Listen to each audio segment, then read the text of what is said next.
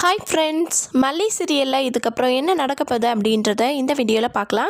மல்லி ஆட்டோவில் எங்கேயோ போயிட்டுருக்கும்போது ஒரு பைக்கை பார்க்குறாங்க. அதை பார்த்ததும் டக்குன்னு அந்த பைக் மாதிரியே இருக்குதுன்னு சொல்லிட்டு ஆட்டோவிலேருந்து இறங்கி போயிட்டு பார்க்குறாங்க. கரெக்டாக அந்த லோகோ ஃப்ரண்ட்டில் அதாவது வண்டி ஃப்ரண்ட்டில் வந்து அந்த லோகோ இருக்குது. ஸோ இதுதான் நமக்கு க்ளூ. இந்த க்ளூ தான் வந்து எந்த வண்டியிலையாவது இருக்குதுன்னு சொல்லிட்டு நம்ம செக் பண்ணி பார்க்கணுன்னு அந்த இன்ஸ்பெக்டர் சொன்னார். ஸோ அதை பார்த்ததும் நம்ம மல்லி என்ன பண்ணுறாங்கன்னா, அந்த வண்டியில் போயிட்டுருக்கிறவனே வந்து ஃபாலோ பண்ணி போய்கிட்டு இருக்காங்க. அவன் கண்டிப்பாக ரகு வீட்டு முன்னாடி தான் நின்று உள்ளே போக போகிறான். நம்ம மல்லி வந்து அந்த ரகு வீட்டை கண்டுபிடிக்க போகிறாங்க. கண்டுபிடிச்சதுக்கப்புறம் என்ன பண்ண போகிறாங்க, போலீஸ்க்கு கால் பண்ணி இந்த இடத்துல நான் கண்டுபிடிச்சிட்டேன், நீங்கள் வாங்கன்னு சொல்லி போலீஸோடு நம்ம மல்லி வந்து ரகுவோட வீட்டுக்குள்ளே நுழைஞ்சி ரகுவை கையங்கலமாக பிடிக்குவாங்க. சப்போஸ் முன்னாடியே உஷாராக இருந்துகிட்டு இருந்தால் கண்டிப்பாக ரகு வந்து அந்த இடத்த விட்டு மிஸ் ஆகிட்ருக்கணும். ஆனால் அங்கே இருக்கிற இடத்துல கண்டிப்பாக நிறைய க்ளூ கிடைக்கும். ஏன்னா இந்த ரகு வந்து பார்த்திங்கன்னா ரொம்பவே ஷார்ப். அப்படி இருக்கும்போது முன்கூட்டியே கூட தெரிஞ்சிக்க சான்சஸ் இருக்குது. உன்னை வந்து ஃபாலோ பண்ணி வந்திருக்காங்க, போலீஸ் வெளியே இருக்காங்க, இது எல்லாத்தையுமே வந்து கண்டுபிடிச்சிருவார்.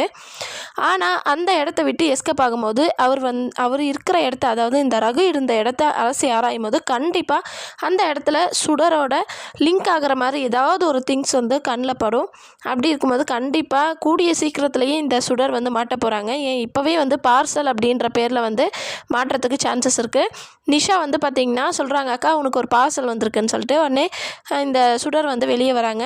அது வந்து ரகு அனுப்பின மொபைல் ஃபோன் தாங்க.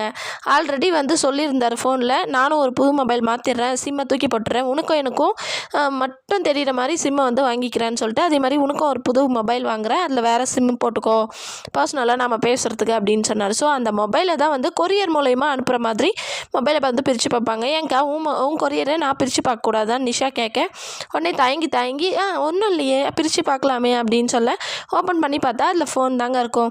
ஓஹோ, ஏன்க்கா உங்ககிட்ட இப்போ இருக்கிற ஃபோனே நல்ல ஃபோன் தானே, திரும்ப நீ புது ஃபோன் ஆர்டர் போட்டியா அப்படின்னு சொல்லிட்டு கேட்பாங்க. அதுக்கு இந்த சுடர் வந்து ஆமாம் அப்படின்னு சொல்லிட்டு ஏதாவது ஒரு காரணத்தை சொல்லி சமாளிக்க போகிறாங்க.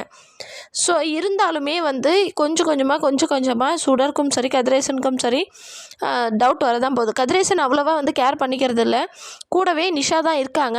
நிஷா வந்து இப்போ ரொம்பவே மெச்சூர்டாக வந்து நடந்துக்கிறாங்க. வெண்பாக்கிட்டையாகட்டும், வெண்பாக்கிட்ட அட்வைஸ் பண்ணுறதாகட்டும், நிஷா கிட்ட அதாவது இந்த சுடர்கிட்ட சொல்கிற விஷயமா இருக்கட்டும், எல்லாமே ரொம்பவே மெச்சூர்டாக இருக்குது. இப்போ வந்து ரொம்பவே ஷார்ப்பாக இருக்காங்க நிஷா. அதனால் கண்டிப்பாக கூடிய சீக்கிரத்துலேயே சுடர் வந்து யார்கிட்டயே பேசிகிட்டு இருக்காங்க, எதுக்காக பேசணும் என்ன ஏது அப்படின்ற டவுட் வந்து அவங்கள ஃபாலோ பண்ணாவே கண்டிப்பாக சுடர் வசமாக நிஷாக்கிட்டே மாட்டிக்க போகிறாங்க. மாட்டிக்கிட்டாங்க அப்படின்னா கண்டிப்பாக கன்னத்தை பழுக்க வைக்க போகிறாங்க நம்ம நிஷா. எங்ககிட்டயே இந்த அளவுக்கு ஏமாத்திரியாடி, நீ யார்டி அப்படின்னு சொல்லிட்டு கண்டிப்பாக வந்து விஷயம் பெருசாக போகுது. ஸோ வெயிட் பண்ணி பார்க்கலாம் என்ன நடக்க போகுதுன்னு சொல்லிட்டு. ஓகே ஃப்ரெண்ட்ஸ், பாய்.